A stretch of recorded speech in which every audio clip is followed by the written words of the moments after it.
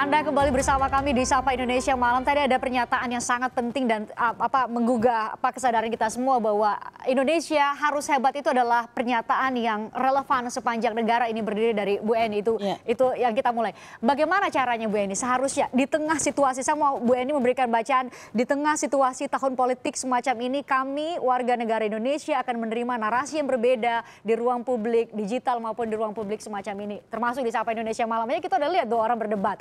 Iya kan? Ya, jadi memang fokusnya nanti kita pengennya ya masing-masing 2 kandidat ini kan sudah pasti membentuk satu tim ya. Kalau bidang ekonomi pasti sudah ada tim ekonomi di kabinetnya Pak Jokowi, diantaranya ada Mas Eriko, di Pak Prabowo ada Mas Khalid gitu. Nah ini kan bisa nanti memulai tradisi yang baru. Kalau kita lihat berbagai macam perdebatan di negara, terutama negara maju ya, itu kan mereka berdebat itu secara substansial. Jadi katakanlah ini Indef akan menginisiasi itu, katakanlah kita membuat satu problem statement yang sekarang ada di masyarakat, maka kita ingin bertanya kepada Mas Eriko, kepada Mas Khalid, apa solusi yang Anda tawarkan ketika masih ada kemiskinan, masih ada ketimpangan ke depan gitu loh. Jadi nggak perlu Mas Khalid nggak perlu misalnya membicarakan apa yang akan dilakukan oleh Pak Jokowi dan sebaliknya demikian. Nah, nanti masyarakat yang menilai, itu yang paling kami yakini. Ya, yang akan kami yakini itu menyelesaikan problem yang kami hadapi. Jadi minimal dengan berbagai macam program yang beliau ini sampaikan ke masyarakat akan menilai, akan lebih yakin solusi yang mana. Karena di dalam ekonomi ini kan seperti kita mau ke Kompas TV.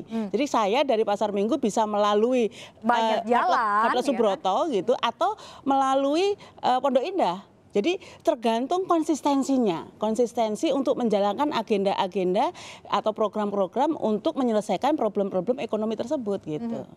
Kita dengarkan dulu komentar dari Kompas TV /interaktif. Masih ada satu pertanyaan yang mengganjal buat nanya ke Bu Eni. Tapi saya tahan dulu. Kita lihat dulu komentar dari Rojiun Cak Jiun. Yang pertama kita lihat ada komentar ia berkomentar, Rojiun menyatakan agar Indonesia bisa berdaulat di bidang ekonomi sudah semestinya meningkatkan kualitas SDM dan mendorong pelaku ekonomi kreatif agar tercipta lapangan pekerjaan yang baru, itu menurutnya. Kemudian ada Jose Segitya Huta Barat. Jose ini kuliah di Universitas Sumatera Utara. Saya cek media sosialnya. Ia berkomentar peningkatan kualitas sumber daya manusia didorong oleh penggunaan teknologi informasi dan digital secara masif dan mumpuni, bersinergi dengan pelaku ekonomi mikro maupun makro dan kreatif di era revolusi industri 4.0 ya. Kemudian Nopiar Makawaru, untuk bisa Indonesia berdaulat di bidang ekonomi perlu adanya sinergitas antara pemerintah dan oposisi, bekerja sama dalam membangun bangsa dengan kerja nyata, bukan hanya slogan semata. Nah, barulah itu memang mestinya didengar oleh Mas Eriko maupun didengar oleh Mas Khalid. Jadi semua 3 minimal itu representasi dari masyarakat, dan ternyata masyarakat kita semua cerdas. Nah itu yang sekarang menjadi masalah. Jadi masalah utama kita sekarang yang jangka pendek maupun yang langsung dihadapi oleh masyarakat itu memang kesempatan kerja, karena itu poin awal, dan itu yang nantinya akan tadi bisa menjadi awal, menjadi solusi seluruh persoalan yang tadi kita hadapi. Jadi kalau masyarakat ini sudah mudah mendapatkan lapangan kerja, otomatis apa? Otomatis kan berarti ada aktivitas ekonomi. Nah kalau ada aktivitas ekonomi berarti ada orang yang berinvestasi dan sebagainya. Nah kalau ada orang berinvestasi, ada orang bekerja, otomatis produktivitas kita akan meningkat. Kalau produktivitas meningkat pasti akan nanti kita punya daya saing, apalagi tadi mampu untuk mengadopsi perkembangan teknologi baru sehingga semakin menciptakan efisiensi. Jadi tiga jawaban yang dari netizen itu sudah pas tadi. Nah ini baru pertanyaan dari saya baru ingat tadi saat mau bacain komentar dari netizen. Apa yang harus dilakukan oleh publik saat ini, mungkin akan sampai di masa kampanye selesai pun akan menerima narasi yang berbeda, setidaknya data-data dari kedua kubu berbeda-beda. Apa yang harus dilakukan untuk meng-cross-check ini benar atau enggak sih? Ya, jadi kalau data itu sekarang sudah mudah. Jadi kan semua kementerian lembaga hari ini tuh hampir semuanya memaparkan data ke publik itu secara transparan, karena sudah ada undang-undang ITE juga kan. BPS itu hampir semua data itu bisa dilihat di websitenya. Di Bappenas, di website Bappenas, di websitenya Bank Indonesia, semua data-data terpapar. Nah cuman ini kan kadang kalau politisi kan masalah klaim. ekstrem kan.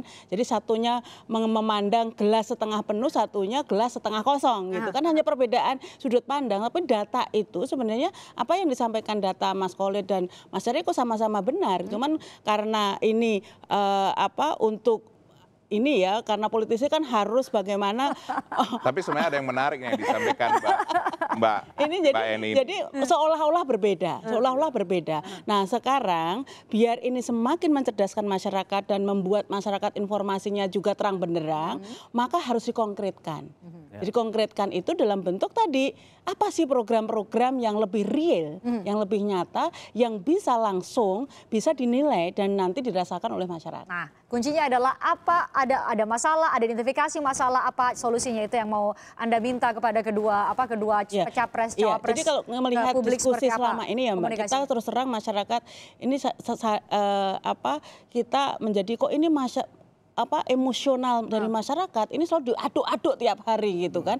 Jadi kita nggak ngerti ini ngomongin apa sih gitu kan. Dan hampir semua masyarakat saya yakin merasakan hal yang sama. Nah ke depan ini mumpung masih ada 6 bulan lebih ya Mas Eriko, Mas Khalid, harus ada konsensus bersama bahwa kita politik itu membangun peradaban. Tidak hanya sekedar siapa yang nanti menang menjadi winner dan ini. Dan tadi makanya kita garis bawahi, kita mengapresiasi Pak Jokowi bahwa ini saatnya kita bekerja sama, bahwa ada kompetisi, ya itu wajar gitu. Oke, Bu Eni terima kasih sudah bergabung di Sapa Indonesia Malam. Saya ajak Pak Eriko dan juga Mas Khalid balik lagi kita ke Mini Cafe Mas Khalid untuk bicara soal tadi. Kita cobalah malam ini di segmen 4 Sapa Indonesia Malam kita coba bicara secara konkret dalam waktu walaupun setidaknya jujur, lah. Ini kan pembelajaran demokrasi ya. Harusnya Mbak Eni menyampaikan apa itu pertumbuhan ekonomi, bahwa tadi soal tenaga kerja.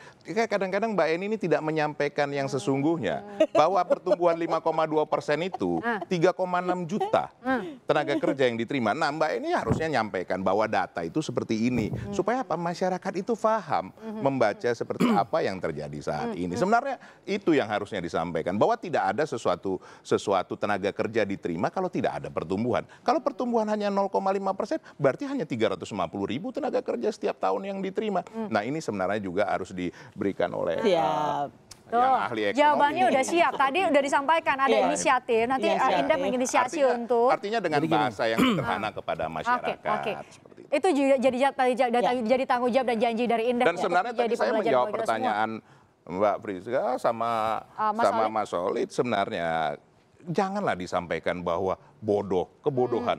Itu kalau bodoh berarti di tempat Mas Khalid juga seperti itu. Bahwa bangsa ini bangsa yang cerdas, bangsa yang besar. Sekarang sudah 10 besar kemampuan di dunia. Tadi yang disampaikan Mbak Eni ini udah poin bagus menurut saya. Jadi problem statement ya, bagaimana solusinya dan sebagainya. Oke, kita bahas di segmen berikutnya. Kita bahas di segmen berikutnya soal apa problemnya, apa solusinya. Terima kasih Bu Eni. Kami jeda sejenak saudara. Sapa Indonesia Malam akan segera kembali untuk Anda.